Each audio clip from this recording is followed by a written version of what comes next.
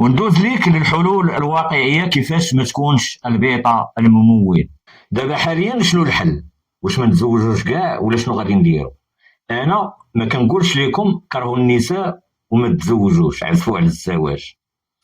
انا كنقول لكم فرقوا ما بين النساء، لان كاين طائفه عندها عقل وكاين طائفه اخرى بعقل اخر، وعرف اللعبه كيفاش كيلعبوها ودخلت انت تلعب معاهم. ما كاينش شي واحد غادي يبقى بلا زواج. انا تنقول لكم تزوجوا، كاينين بنات الناس. غادي نعطيك 5 ديال القواعد اللي غادي يزيدوا يفهموك اللعبه كيفاش ملعوبه. القاعده الاولى: فهم العقد قبل ما توقع.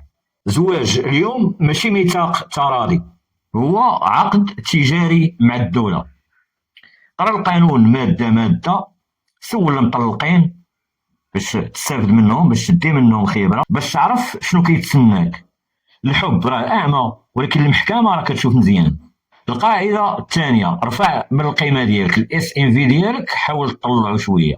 علاش الالفا ما كيطلبوش منه 50 50؟ لان الالفا بكل بساطه عنده خيارات، عنده فين يعزل، عنده فين يتعزل. حتى انت خدم على راسك، خدم على الاس ام في ديالك يطلع، خدم دير فلوس، رياضه، وسع من الدائره ديال المعارف ديالك، خدم على عقليتك، قرا كتوبه. الراجل اللي كيخاف يبقى بوحدو هو اللي كيقبل بدور البيطه الممول. القاعده الثالثه: اختبرها قبل ما تستثمر فيها. الفا دا سنوات المتعه ديالها فابور. ما يمكنش انت غتجي غدير شقه 6 شهور وغادي تشري طوموبيل وغادي تفرش ديك الشقه في ديك 6 شهور. انت ما عندكش المصباح ديال علي بابا.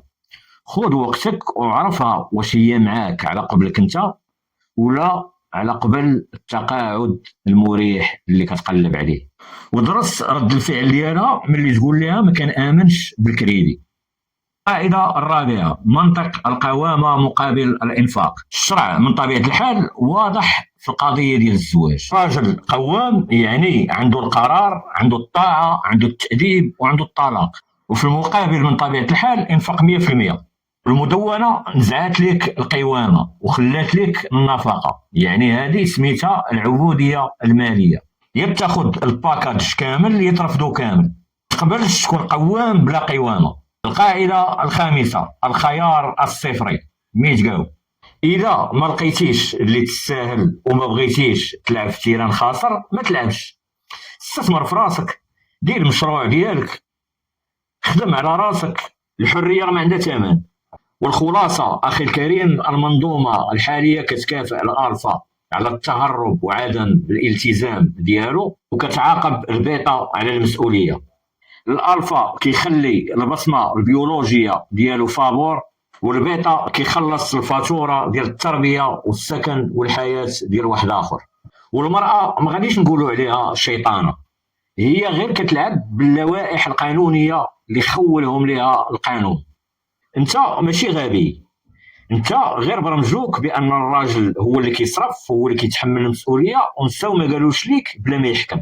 الزواج في 2026 تحت ظل المدونه: الالفا كياكل الزبده، والبيتا كيشري البقره من بعد ما حلبها غيرو وكيبقى يعلفها بالسيف عليه.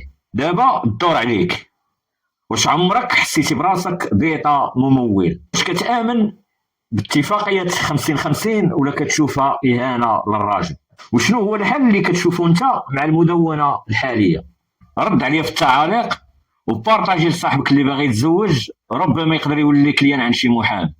والنصيحه الاخيره: ما تكونش صراف الي لحتى وحده. دابا تفرجتي في الحلقه واستفدتي، سير طبق.